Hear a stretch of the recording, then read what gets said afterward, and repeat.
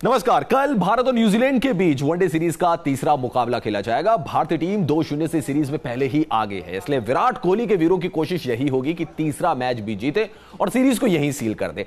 खास बात यह है कि न्यूजीलैंड दौरे पर यह विराट कोहली का भी आखिरी मैच है। इसके बाद विराट कोहली भारत रवाना हो जाएंगे और उसके बाद रोहित शर्मा कप्तान के तौर पर भारत के लिए पारी खेलते हुए नजर आएंगे। एक और बात जो कि पाकिस्तान से जुड़ी हुई है वो ये है कि सरफराज अहमद जो कि पाकिस्तान के कप्तान हैं और नस्ल भेदी टिप्पणी उन्होंने की थी फेलुक वायो को लेकर, उन पर आईसीसी ने 4 मैच का बैन लगा दिया है। हमारे साथ हमारे क्रिकेट एक्सपर्ट मनिंदर सिंह, उनके साथ हम बातचीत करेंगे। तो 2 मुकाबले तो बड़ी आसानी से टीम इंडिया ने जीते। न्यूजीलैंड कहीं पर भारत का सामना ही नहीं कर पाई और मनी सर, बात तो यहां तक आ गई है कि न्यूजीलैंड की पुलिस ने एडवाइजरी भी जारी कर दी है और उनका कहना है कि 11 खिलाड़ी यहां पर घूम रहे हैं और उनसे बच के रहना पड़ेगा क्योंकि वो न्यूजीलैंड को बड़ी प्रताड़ना दे रहे हैं, यानी कि जिस तरीके से हरा रहे हैं। क्या कहेंगे, कुछ सामना होगा, कुछ पलटवार होगा न्यूजीलैंड की टीम से, या भारतीय टीम तीसरा मैच भी जीतेगी और सीरीज को अपने नाम कर लेगी? देखिए, बेसिकली न्यूजीलैंड की टीम अच्छी टीम है, वनडे की टीम तो बहुत ही बढ़िया टीम है और मैं एक्सपेक्ट कर रहा हूं कि पलटवार करेगी क्योंकि न्यूजीलैंड अपने कंडीशंस में हमने देखा है अमूमन अच्छी क्रिकेट खेलती है। ये तो इंडिया इतनी डोमिनेटिंग क्रिकेट खेल रही है कि न्यूजीलैंड की टीम कमजोर सी लगने लगी है। जीतना तो जरूरी है इंडियन टीम के लिए, सीरीज जीत जाएंगे अगर ये मैच जीत जाते हैं, लेकिन कहीं ना कहीं मुझे लगता है जो टीम कॉम्बिनेशन है उसकी तरफ जो खाने खाली हो रहे हैं उनको भी देखने की, उस तरफ भी देखने की जरूरत है क्योंकि आपको अगर आप वर्ल्ड कप की देख रहे हैं टीम तो आपके पास 3 सीम बॉलर्स हो चुके हैं, बुमराह, भुवनेश्वर कुमार, शमी, आपको चौथा ढूंढना है। सो वो तलाश अब शुरू कर सकते हैं। पहले 2 मैचेस आप जीत चुके हैं, वो तलाश आप शुरू कर सकते हैं। जो आपके रिजर्व में 2 फास्ट बॉलर्स बैठे हैं उनमें से किसको खिलाते हैं, ये एक चांस लिया जा सकता है। और दूसरा, एक ऑलराउंडर की जगह है और हार्दिक पांड्या वहां पर पहुंच चुके हैं। हम देख चुके हैं विजय शंकर, कोई उनकी बॉलिंग में किसी तरह का दमखम नहीं है। सो जो ऑलराउंडर चाहिए इंडियन टीम को, खासतौर से इंग्लिश कंडीशंस में, और प्रूवन है हार्दिक पांड्या, देखना है कि उनको खिलाते हैं या नहीं और उनको खिलाते हैं उनकी ले आ पाती है या नहीं। अदरवाइज मुझे लगता है कि सभी खाने टिक कर चुकी है इंडियन टीम। हर तरफ से लग रहा है कि इंडियन टीम अब लगभग सिलेक्ट हो चुकी है वर्ल्ड कप के लिए, लेकिन ये 1-2 डिपार्टमेंट है, लेकिन उसके बावजूद मुझे लगता है जीतने की तरफ भी सोचती रहेगी इंडियन टीम ये चेंजेस के साथ। जी हाँ, बिल्कुल। एक जो चेंज नजर आ रहा है जो कि मनी सर ने भी बताया, वो हार्दिक पांड्या वहां पर आ सकते हैं विजय शंकर की जगह पे, और बाकी ऐसा लग रहा है कि टीम एज इट इज ही रखेंगे विराट कोहली। मनी सर, अगर विराट कोहली की बात की जाए तो बहुत लंबा टूर उनके लिए हो गया है ऑस्ट्रेलिया न्यूजीलैंड का, क्योंकि वनडे सीरीज T20 सीरीज खेली, फिर टेस्ट सीरीज खेली, फिर वनडे सीरीज खेली ऑस्ट्रेलिया के अगेंस्ट, फिर यहां पे भी खेले, शायद इसलिए उनको रेस्ट देने की भी सोची गई। क्या इसका असर पड़ रहा है कि 40s पे स्कोर गया है और 50 के पार नहीं गया न्यूजीलैंड सीरीज की? अगर मैं बात, बिल्कुल मैं यही बात करने वाला था, इसी का असर है जिसकी वजह से वो 40s को 50s में या बड़े स्कोर में कन्वर्ट नहीं कर पा रहे हैं।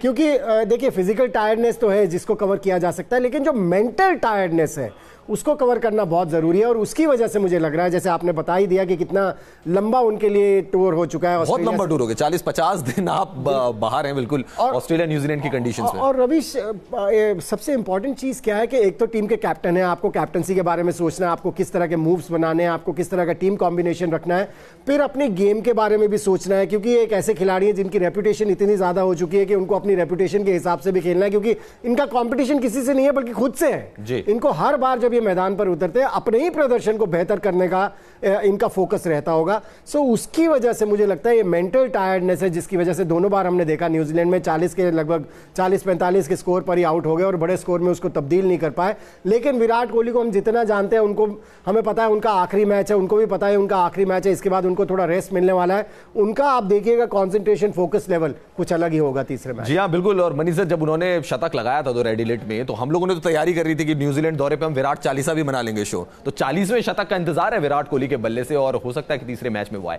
चलिए, बात भारत से चलते हैं पाकिस्तान की, बात करते हैं पाकिस्तान के कप्तान सरफराज अहमद की, जिन्होंने नस्ल भेदी कमेंट किया था फेलुक वायो पर, और अब 4 मैच का बैन लग गया सरफराज अहमद पर। आईसीसी ने यह बैन सरफराज पर लगा दिया है। मनी सर, जब यह वाकया हुआ था आपने भी कहा था कि सजा तो सरफराज को मिलेगी, और आईसीसी ने 4 मैच का उन पर बैन भी लगा दिया। शायद जरूरी भी है क्योंकि आपको समझाना है खिलाड़ी को, आपको बताना भी है कि यह क्रिकेट का मैदान है, आप इस पर इस तरीके की भाषा का, इस तरीके के शब्दों का और खासकर जो नस्ल भेदी कमेंट है उनका इस्तेमाल तो नहीं कर सकते। मुझे एक स्टेज पे लगने लगा था जब अगले ही दिन उन्होंने माफी मांग ली कि कहीं ऐसा ना हो कि आईसीसी उन्हें छोड़ दे, उनको एक वार्निंग दे के छोड़ दे। लेकिन इस तरह के एग्जाम्पल सेट करना बहुत जरूरी है क्योंकि इस तरह के कॉमेंट्स मैदान के ऊपर, खास तौर से जब आप कैप्टन हैं, तो बिल्कुल ही एक्सेप्टेड नहीं है। सो बिल्कुल सही किया है आईसीसी ने और ये एग्जाम्पल सेट होगा आगे आने वाले टाइम में। आप देखिएगा कि अगर कोई खिलाड़ी इस तरह से सोच भी रहा होगा तो मुंह से इस तरह के अपशब्द निकालने से पहले सोचेगा कि मेरा करियर भी खत्म हो सकता है, क्योंकि अभी तो 4 मैच का बैन लगा है, लेकिन इस बैन के बाद भी अगर कोई इस तरह की हरकत करेगा, प्रॉबेबली आने वाले टाइम में बड़े बैन लगने शुरू हो जाएंगे और खिलाड़ी मुझे लगता है सतर्क हो जाएंगे इस बैन के बाद। जी हाँ, बिल्कुल। और बनी सर, 2 इंसिडेंट्स हाल फिलहाल में हमने देखे। एक तो भारत से रिलेटेड, जो कि हार्दिक पांड्या का, जो कि वो चैट शो में गए थे, और यहां पर जो सरफराज का इंसिडेंट सामने आया है। लेकिन दोनों इंसिडेंट्स में जरूर हुआ है कि खिलाड़ियों ने अपनी गलती को माना है, एक्सेप्ट किया है। सरफराज भी फेलुक वायो के पास गए थे, उन्होंने वहां पे भी अपनी गलती को माना, लेकिन सजा मिलना भी शायद जरूरी है। जैसा कि आपने कहा कि आगे का एग्जाम्पल सेट करना है, खिलाड़ियों को वहां पे समझाना बहुत जरूरी बनता है। बिल्कुल, देखिए इस तरह की एजुकेशन, पहली बात तो एजुकेट करके भेजना चाहिए टीम्स को, क्योंकि हम ये सोच ले कि इंटरनेशनल प्लेयर्स हैं, इनको समझ होनी चाहिए, लेकिन समझ नहीं है कई खिलाड़ियों को। सो ऐसे में अगर टूर के पहले इस तरह का एजुकेट कर दिया जाए खिलाड़ियों को, तो मुझे लगता है कि शायद इस तरह की हरकतें ना हो, क्योंकि बहुत ही अटपटा सा लगता है जब मैदान के ऊपर इस तरह की कोई बात करता है, और खास तौर से अगर आप किसी नेशनल टीम के कैप्टन हैं तो फिर और भी शर्मनाक लगता है। जी हाँ, बिल्कुल, क्योंकि लाखों करोड़ों दर्शक आपको देख रहे हैं, जो कि बडिंग क्रिकेटर्स हैं, युवा क्रिकेटर्स हैं, वो भी आपको देख रहे हैं, तो उनके बर्ताव का जो रिफ्लेक्शन है वो आप पे पड़ता है। इसलिए बहुत जरूरी है कि जो भी आप बोल रहे हैं मैदान में, वो सोच समझ कर बोले, क्योंकि करोड़ों जनता आपको देख रही है।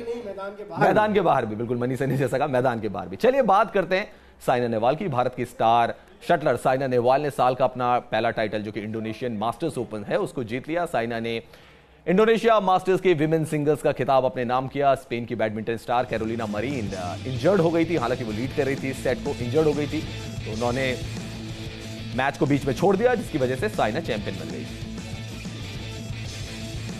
मनीष सर हमारे साथ जुड़े हुए थे, आपका बहुत बहुत शुक्रिया। फिलहाल इस खास पेशकश में इतना ही। आप देखते रहिए न्यूज नेशन, क्योंकि खबरों का सिलसिला यहां कभी नहीं थमता।